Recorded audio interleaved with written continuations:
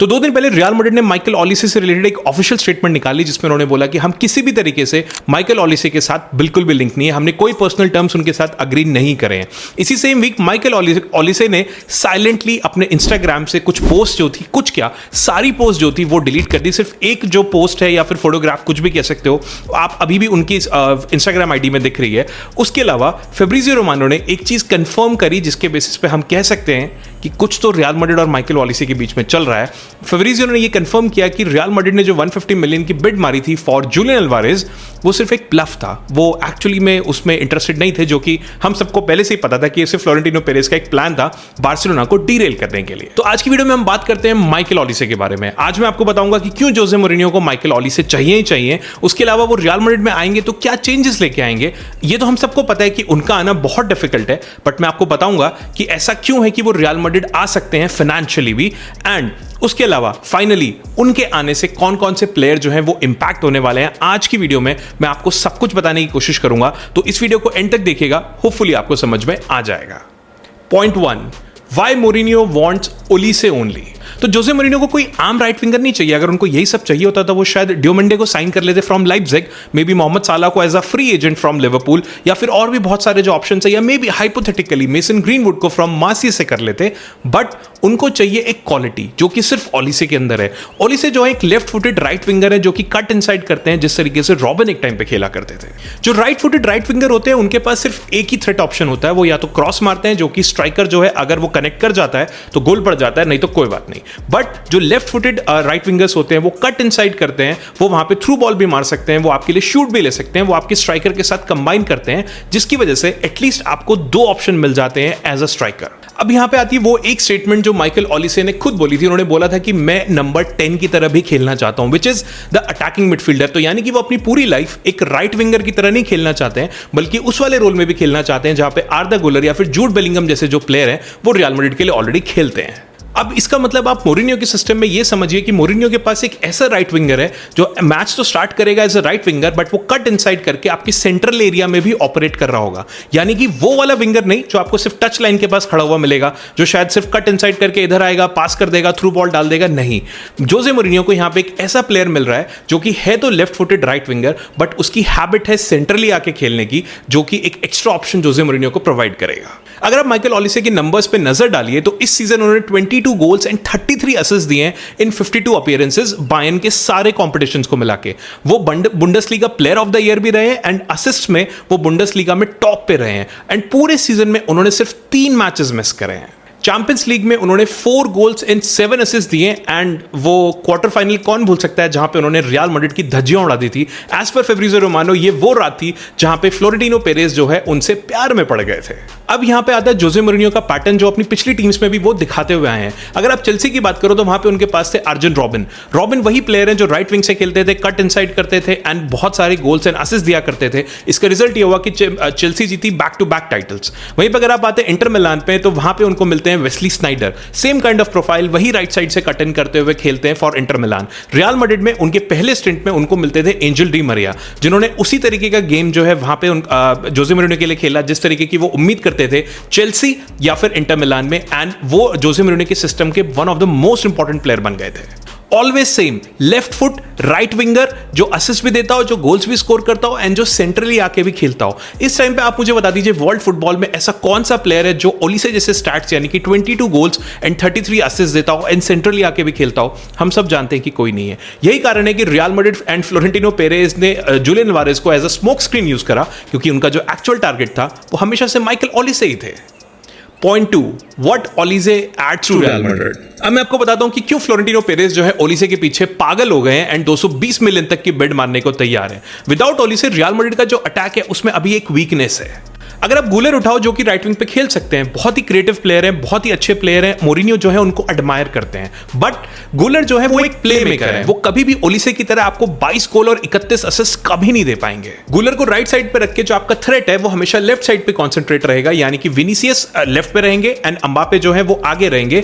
ये सारी चीज जो है ला लीगा की हर टीम जानती है कि रियल मैड्रिड को लेफ्ट साइड पे ओवरलोड कर दो, राइट साइड को खाली छोड़ दो, एंड सारे डिफेंडर्स जो है मिलके एम्बापे और विनीसियस को लेफ्ट साइड पे मार्क करते रहो। ओलिसे के साथ आपके पास एक ऐसा परफेक्ट राइट विंगर है जो कि कट इनसाइड करेगा, जो आपके लिए असिस्ट भी मार सकता है, जो आपको गोल्स भी देगा। अब आप थोड़ी देर के लिए सोच के देखिए रियल मैड्रिड का अटैक, जहां पे विनीसियस आपके लेफ्ट पे होंगे, एम्बापे आपके आगे होंगे एंड राइट साइड पे होंगे ओलिसे। एंड वो भी सिर्फ कोई नॉर्मल राइट विंगर नहीं, एक ऐसा राइट विंगर जो कि ड्रिफ्ट करके सेंटर में भी आ सकता है, जहां पे वो खेलने के लिए और ज्यादा कंफर्टेबल फील करता है। सो टेक्निकली ये यहां पे 4 पोजीशंस जो है ऑटोमेटिकली कवर हो जाती हैं। अगर आप विनीसियस को कवर करते हैं तो ओलिसे आपको डिस्ट्रॉय कर देंगे, अगर आप ओलिसे को कवर करते हैं तो एम्बापे आपको डिस्ट्रॉय कर देंगे, अगर आप यहां पे एम्बापे को कवर करते हैं तो आपको विनीसियस के साथ 1-on-1 करना पड़ेगा, अगर आप किसी भी तरीके से डबल टीम करने की कोशिश करते हैं तो यही ओलिसे जो राइट विंग पे थे ये ड्रिफ्ट करके सेंट्रल में आ जाएंगे, सेंटर पोजीशन में, एंड ये वहां से आपको डिस्ट्रॉय कर देंगे। तो ये कोई ट्रायंगल फॉर्मेशन नहीं हुई, ये डायमंड ऑफ डिस्ट्रक्शन हुआ जो दूसरी टीम्स की धज्जियां उड़ा देगा। एंड मुझे ऐसा लगता है कि उनको बहुत टाइम लग जाएगा इसको सॉल्व करने में। इनके साथ साथ आप सोच के देखिए कि बेलिंगम फील्ड पे होंगे, उनके साथ साथ होंगे बर्नार्डो सिल्वा जो कि सबको फीड कर रहे होंगे। सो इस टाइम पे रियल मैड्रिड में आपको 5 ऐसे प्लेयर मिलेंगे, Vinicius, Mbappe, Olise, Bellingham and Bernardo, जो पांचों के पांचों आपके लिए गोल्स भी स्कोर कर सकते हैं एंड साथ में क्रिएट भी कर सकते हैं। मैं एक्चुअली यहां पे एग्जैजरेट नहीं कर रहा हूं, बट मेरे हिसाब से ये जो अटैक अगर बन जाता है तो रियल मैड्रिड की हिस्ट्री का सबसे लीथल अटैक होगा। एंड शायद फ्लोरेंटिनो पेरेज ने ये जो मिसिंग पीस था ये उसी दिन देख लिया था जिस दिन माइकल ओलिसे रियल मैड्रिड की धज्जियां उड़ा रहे थे, इसीलिए उन्होंने सबको पागल बनाने के लिए यहां पे जूलियन अल्वारेस की 150 मिलियन की बिड मार दी, जो कि एक्चुअली कभी उनकी बिड थी नहीं, यानी कि टेक्निकली उनको प्लेयर कभी चाहिए ही नहीं था। एक्चुअली में उनको चाहिए था अपना missing piece which is Michael Olise. Point third, why it looks impossible right now. अब यहां पे मुझे आपके साथ बिल्कुल ऑनेस्ट होना पड़ेगा, बिकॉज बायर्न ने अपने प्लेयर्स के अराउंड एक इतनी बड़ी दीवार बना दी है जिस दीवार को शायद आप पार नहीं कर सकते हो। 3 डिफरेंट लोग, 3 डिफरेंट ऑफिशियल्स एंड तीनों ने अलग अलग स्टेटमेंट दिए जो कि और ज्यादा अग्रेसिव काइंड ऑफ थ्रेट्स जो हैं वो रियल मैड्रिड को यहां पे दिए हैं। हर्बर्ट हाइनर जो कि बायर्न के प्रेसिडेंट हैं, उन्होंने ऑफिशियली इन सब रूमर्स को शट डाउन कर दिया। उन्होंने कहा कि ओलिसे जो है वो बायर्न म्यूनिख के साथ एक लॉन्ग टर्म कॉन्ट्रैक्ट में है एंड हम किसी भी कीमत पे माइकल ओलिसे को सेल नहीं करने वाले हैं। उली हुनेस जो कि जर्मन फुटबॉल के सबसे पावरफुल आदमी माने जाते हैं, उन्होंने कैमरे पे देखा और बोला कि मोरिनियो चाहे जितनी मर्जी बार ओलिसे को यहां पे आके देख सकते हैं अलायंस अरीना में, बट वो कभी भी रियल मैड्रिड नहीं जाने वाले हैं। कार्ल हाइंज हुमेनिगे जो कि फॉर्मर सीईओ हैं बायर्न के, उन्होंने तो ऑफिशियली बहुत अग्रेसिव होते हुए बोला कि जोसे मोरिनियो चाहे अपनी 5 आंखें लगा के ओलिसे को देख ले, बट वो किसी भी कीमत पे बायर्न म्यूनिख छोड़ के नहीं जाने वाले हैं। 5 आइज, जी हां, ना 2 ना 3 ना 4, इतना सीरियसली जो है बायर्न म्यूनिख यहां पे माइकल ओलिसे को ले रहे हैं।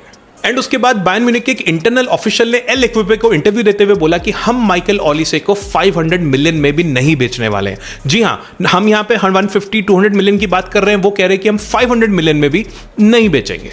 माइकल ओलिसे का जो कॉन्ट्रैक्ट है वो अभी के लिए 2029 तक है, जिसमें कि कोई रिलीज क्लॉज नहीं है। एज पर सर्टेन रिपोर्ट्स जो बायर्न म्यूनिख है उनकी सैलरी बहुत ज्यादा इंक्रीज करने वाली है एंड जो ये उनका कॉन्ट्रैक्ट है इसको 2031 तक एक्सटेंड करने के लिए सोच रहे हैं। एज पर सर्टेन रिपोर्ट्स मैंने ऐसा इनिशियली सुना था कि रियल मैड्रिड ने 150 मिलियन की जो बिड जूलियन अल्वारेस के लिए मारी थी, उससे पहले एक इंटरनल बिड जो है उन्होंने 150 की ही माइकल ओलिसे के लिए भेजी थी, जो कि ऑब्वियसली देखते रिजेक्ट कर दी गई।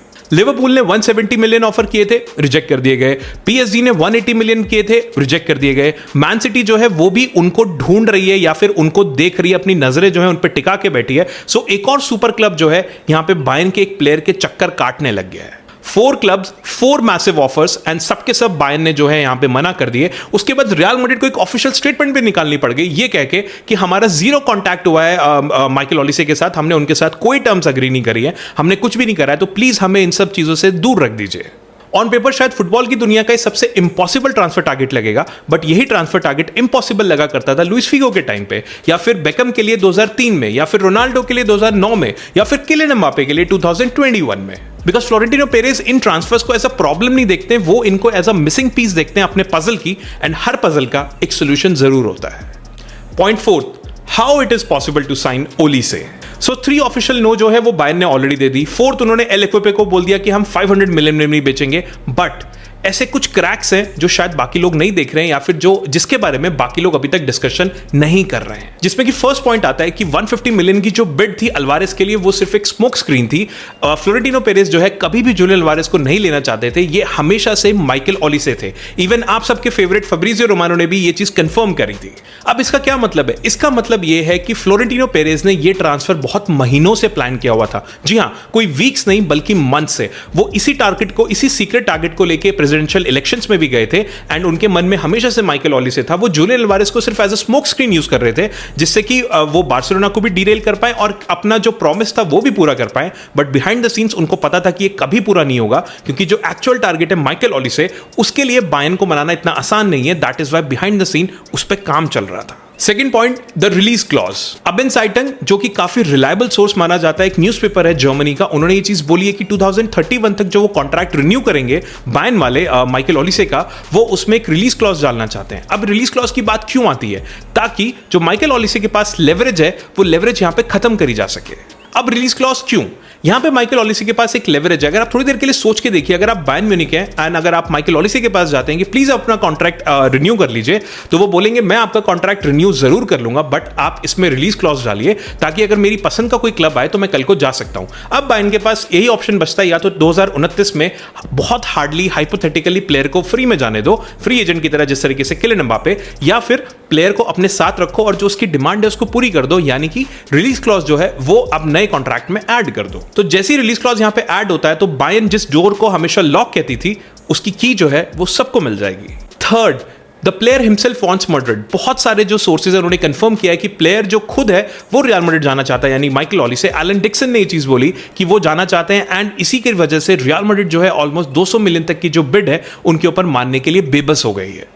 एंड उसके बाद सबसे इंपॉर्टेंट चीज कि रियल मैड्रिड के 3 एजेंट जो हैं वो ऑलरेडी माइकल ओलिसे के साथ फ्रांस नेशनल टीम में खेल रहे हैं, which is Kylian Mbappe, Tchouameni and Eduardo Camavinga. उनके साथ वो हर टाइम ड्रेसिंग रूम शेयर कर रहे हैं, वो उनके साथ ग्रास पे प्रैक्टिस करते हैं। एंड अब तो हमारे चौथे एजेंट यानी कि कोनाटे जो है वो भी यहाँ पे ऐड हो गए, तो वो पर्सनली रियल मैड्रिड का जो प्रोजेक्ट है वो हर टाइम उन्हें बेच रहे होंगे। And as per certain reports ये कहा जा रहा है कि माइकल ओलिसे जो है वो personally after the world cup Bayern Munich को ये चीज बोलेंगे कि प्लीज मुझे रियल मैड्रिड जाने दो, अब मुझे आपके साथ नहीं खेलना। अगर ऐसा होता है तो ये ऐसी चीज है जो बायर्न म्यूनिख भी नहीं रोक सकती है। Fourth, the offer that nobody tried.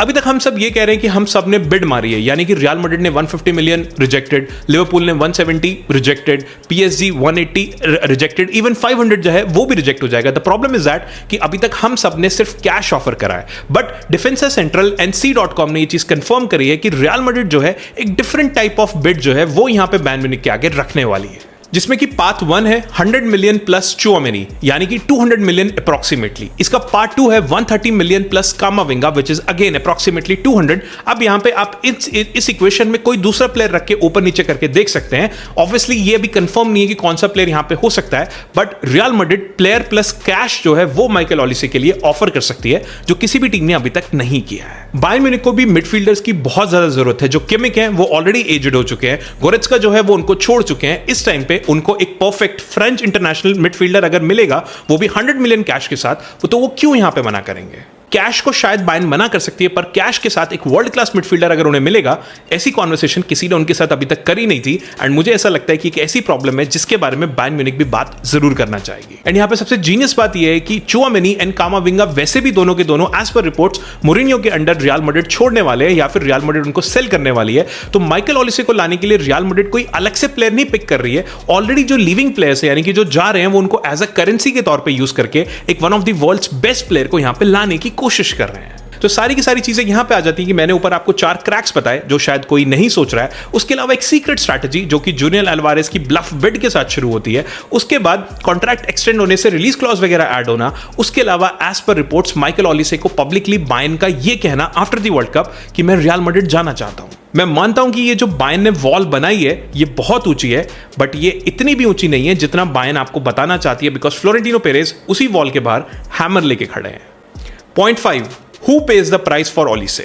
मेरे हिसाब से अगर माइकल ओलिसे रियल मैड्रिड आते हैं तो 3 प्लेयर जो हैं उनका करियर रियल मैड्रिड में एब्सोल्युटली चेंज होने वाला है। सबसे पहले आर्दा गुलर, जो कि मुझे लगता है कि स्टार्टर से एक रोटेशन में कन्वर्ट हो जाएंगे। ऑनेस्टली देखो तो 21 ईयर ओल्ड होना एंड उसके साथ साथ रियल मैड्रिड के बेंच पे होना, जहां पे कि आप कोपा डेल रे के मैचेस स्टार्ट करोगे, कुछ चैंपियंस लीग के मैचेस भी करोगे, कई बार आप ला लीगा के मैचेस भी करोगे। It's not a bad deal, but जिस तरीके से आर्दा गुलर डेवलप हुए लास्ट सीजन, उनको बेंच करना यहां पे थोड़ा सा प्रॉब्लम हो सकता है। रॉड्रिगो अपनी एसीएल इंजरी से वापस आने के बाद मेरे हिसाब से रॉड्रिगो जो है रियल मैड्रिड के लिए थर्ड स्टार्टर बन जाएंगे, यानी कि ओलिसे, उसके बाद गूलर एंड उसके बाद आएंगे यहां पे रॉड्रिगो, जो कि उनके जैसे कैलिबर के लिए एक बहुत ही वियर्ड चीज है। अनफॉर्चुनेटली फॉर्चुनेटली हो सकता है कि वो रियल मैड्रिड को लीव कर दें, जिससे रियल मैड्रिड को कुछ पैसा भी आ जाए, बट अभी के लिए मैं ऐसा मान के चल रहा हूं कि वो रियल मैड्रिड के लिए थर्ड राइट विंगर स्टार्टर हो जाएंगे। उसके बाद ब्राहीम डियाज। अब जब ऑलरेडी आपके पास Michael Olise, Arda Guler and Rodrygo जैसे प्लेयर होंगे, तो ब्राहीम डियाज जो हैं उनका करियर रियल मैड्रिड में वैसे भी नहीं बचेगा। अगर मैं टाइमलाइन की बात करूं तो मैं आपको बिल्कुल क्लियर कर दूं कि जब तक वर्ल्ड कप चल रहा है तब तक Michael Olise and real Madrid की कोई भी डील नहीं होने वाली है। इवन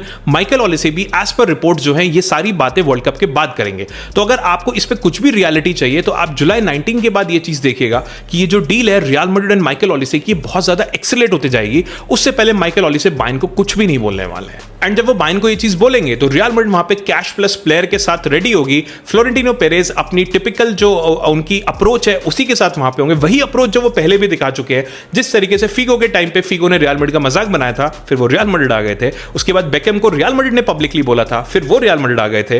और रोनाल्डो के टाइम पे सर एलेक्स फर्ग्यूसन ने बोला था कि आप चाहे एक बस गोल्ड की भर के भेज दो, रोनाल्डो वहां पे आ गए थे। गैरेथ बेल के टाइम पे डेनियल लेवी ने बोला था कि मैं सारी बिड रिजेक्ट कर दूंगा, गैरेथ बेल आ गए थे। उसके बाद किलियन एम्बापे, जिनके लिए 3 साल में 2 बार 200 मिलियन की जो बिड है वो नसीर अल खिलाफी ने रिजेक्ट कर दी थी, finally as a free agent आ गए। तो फ्लोरेंटिनो पेरेज उसी तरीके से माइकल ओलिसे को भी अगर ये सब होता है तो रियल मैड्रिड ले आएंगे। तो जो कहानी जूनियर अल्वारेज की फेक बिड के साथ स्टार्ट हुई थी, जो कि फ्लोरेंटिनो पेरेज ने यहां पे बार्सा को डीरेल करने के लिए डाली थी, वो कहानी शायद एंड होते होते हमें वर्ल्ड्स बेस्ट राइट विंगर यानी कि माइकल ओलिसे जो है वो रियल मैड्रिड में लाके दे सकती है। ये जो अप्रोच है फ्लोरेंटिनो पेरेज की, ये पिछले 25 साल में तो आज तक फेल नहीं हुई है। फ्लोरेंटिनो पेरेज रफली जिस प्लेयर के पीछे उतनी एक्टिविटी के साथ गए हैं उस प्लेयर को हमेशा लेके आए हैं। शायद मैं नेमार का एक एक्सेप्शन ले सकता हूं, बट मुझे जहां तक रिपोर्ट्स के अनुसार पता है रियल मैड्रिड बहुत ज्यादा पुश नहीं कर रही थी जब उनको पता लगा था कि नेमार जो है वो बार्सिलोना से बातचीत कर रहे हैं। अगर फ्लोरेंटिनो पेरेज उस टाइम पे चाहते तो शायद इंटरवीन कर सकते थे, बट उन्होंने आज तक इस चीज के ऊपर कोई चीज ना बोली ना कभी इस तरीके से इंटरवीन किया है। सो फ्लोरेंटिनो पेरेज के टाइम पे अगर आपको कोई पब्लिकली डिनायल दिखे तो वो सिर्फ एक प्रोसेस है, वो आउटकम नहीं है। ये रियल मैड्रिड की प्लान्ड एक्टिविटीज का पार्ट है। सो माय फाइनल प्रेडिक्शन, मेरे हिसाब से माइकल ओलिसे जो है वो रियल मैड्रिड आ रहे हैं। हमें सिर्फ थोड़ा सा टाइम देना पड़ेगा एंड फ्लोरेंटिनो पेरेज पे भरोसा दिखाना पड़ेगा। तो गाइस ये थे वो 5 पॉइंट जिसमें मैं आपको माइकल ओलिसे के बारे में सब कुछ बताना चाहता था कि क्या वो रियल मैड्रिड आ सकते हैं, वो क्यों नहीं आ सकते और वो किस तरीके से आ सकते हैं, उनके आने से कौन से प्लेयर इंपैक्ट होंगे। होपफुली आपको सारी चीज समझ में आ गई होगी। तो please kindly let me know in the comments कि आपको माइकल ओलिसे के बारे में क्या लगता है। क्या आप भी चाहते हैं कि वो रियल मैड्रिड आए? क्या आपको भी लगता है कि इतना पैसा देना सेंस बनाता है या आपको लगता है कि नहीं बनाता? Whatever you feel, just kindly let me know in the comments. And अगर वीडियो अच्छी लगी हो तो please share the friends and subscribe to my channel. Thank you.